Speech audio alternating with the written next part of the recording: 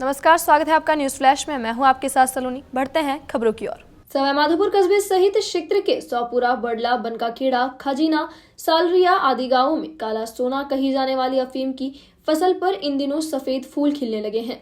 प्रमुख नकद फसल अफीम अब खेतों में किसानों ने सुरक्षा के लिए सतर्कता बढ़ा दी है।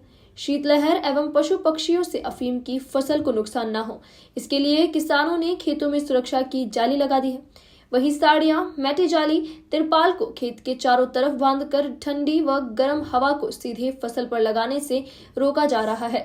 सवाईमाधोपुर निवासी अफीम काश्तकर सत्तू माली ने बताया कि किसानों ने खेतों में बांस और रस्सियां बांधना शुरू कर दिया है ताकि हवा से पौधों को नुकसान नहीं हो। किसानों ने खेतों पर झुग्गी झोपड़ियां बनाकर फसल की रखवाली कर रहे हैं। इसके अलावा अफीम के खेत की सुरक्षा के लिए भी कोई कसर नहीं छोड़ रहे हैं।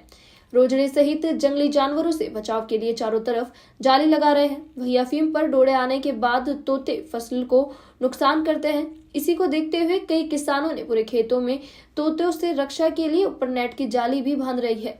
वहीं किसान सुरक्षा की जाली लगाने में जुटे हुए हैं। तापमान में भी लगातार बदलाव हो रहा है, इसके कारण भी किसान अफीम की फसल को लेकर अधिक सतर्क हैं। सवाईपुर कस्बे सहित आसपास के ग्रामीण क्षेत्रों में इन दिनों जो अफीम की खेत है, वहां पर जो फसल है उन पे फूल खिलने के साथ ही जो डोडा बनने की प्रक्रिया है वो चालू हो चुकी है।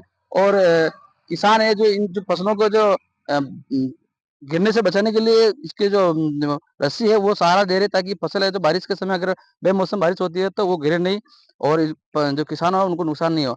आज हम सवाईपुर क्षेत्र के जो किसान है उनके खेत पर पहुंचे और अफीम की किसान के फसल के बारे में जानकारी ली।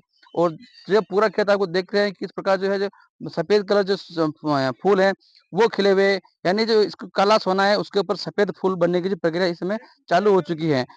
अभी हमारे साथ किसान जुड़े हुए, हम उनसे भी जानकारी लेंगे कि अब तक जो इस फसल के बारे में जो क्या है वो किस प्रकार की देखभाल की गई और किस प्रकार इसकी गुड़ाई गुड़ाई की जा रही है, इस समय जो क्या प्रक्रिया चल रही है।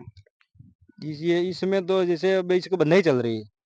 बंधाई चल रही है और वो पौधा का ऊपर से पशु काटने के जैसे मोर है, तोता है तो ये खाते हैं, तो इसके लिए ऊपर जाली ताननी पहले ही। जैसे डोडा नहीं आया उससे पहले इसको ताननी पड़ती है। तो वो इस फसल के जो है बोई जाती है बीज, वो किस प्रकार की रहती है इसकी प्रक्रिया? बीज तो बहुत बारीक रहता है इसका, बहुत नाजुक रहता है, तो उसको नेम बिल्कुल छिड़काव करके उस पर से सब्टी या फोगर का स्प्रे करना पड़ता है।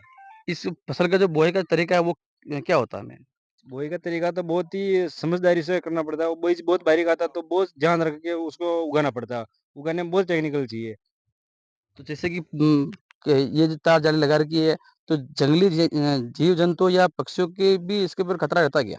फसल के ऊपर? आज फसल बहुत खतरा रहता है। इसमें एक तो तोता खाता, परमानेंट खाता और एक इसको मोर खाने लग जाते हैं। ये खाते हैं तो इसलिए इसी कर रखा है। जो ये पशु-पक्षी है जो इस फसल को नुकसान पहुँचाते हैं, उससे बचाव के लिए क्या अभी किसान जो आप लोग क्या कर रहे हो इसके ऊपर? ये भी तो बचाव के लिए ऊपर जाल तान रखी और नीचे ये चारों ओर प्लास्टिक की कनात लगा रहे। पहले से उतार जो बंदी तो मेरे पे खेत है ही। उसके अलावा भी हमारे को नाइट को यहीं रहना पड़ता। ये जो फसल है, अभी जो डोडा बढ़ने की प्रक्रिया चालू हो गई है, तो इसमें कितने दिनों बाद में जो चीरा लगाने की प्रक्रिया है वो शुरू होती है? अब डोडा जैसे ही ये बनने लग गया, जैसे आज फूल निकला उस फूल को 25 दिन से या 30 दिन के अंदर चीरा लगता है। और जो चीरा लगाने की प्रक्रिया रहती है, वो कितने दिनों की होती है कि भई इतने दिन तक इसमें चीरा लगाया जा सकता है? वो जैसे ये दूध देता है वैसे रहती है। जैसे कोई खेत में ज़्यादा दिन टिक जाती है, कोई खेत में कम टिकती है, वैसे खेत के अनुसार चलती है इसमें। तो जिस प्रकार किसान है उन्होंने बताया कि जो पूरी फसल है जो शुरू से जैसे बुआई से लेके के अंत तक की जो प्रक्रिया बताई कि किस प्रकार से इसको किसान है उनको जटिल कई समस्याओं का सामना करना पड़ता है किसानों को, तब जाकर ये फसल है वो बड़ी होती है। और इसे जो नारकोटिक्स विभाग है उनको भी इस फसल में जो हिस्सा जो वो उनकी मात्रा होती है वो मात्रा किसानों को उनको देनी पड़ती है। और उसमें भी बड़ी सावधानी रखनी पड़ती है क्योंकि इस समय में पशु पक्षियों के साथ ही जो चोर उचक्का होते हैं, उन लोगों का भी है ये फसल में है जो काफ़ी कई बार किसानों को जो नुकसान पहुँचाने की वो प्रयास करते हैं। कैमरामैन नंदलाल के साथ सावर वैष्णव सवाईपुर। अभी तक के लिए इतना ही और खबरों के लिए बने रहिए न्यूज फ्लैश के साथ। नमस्कार।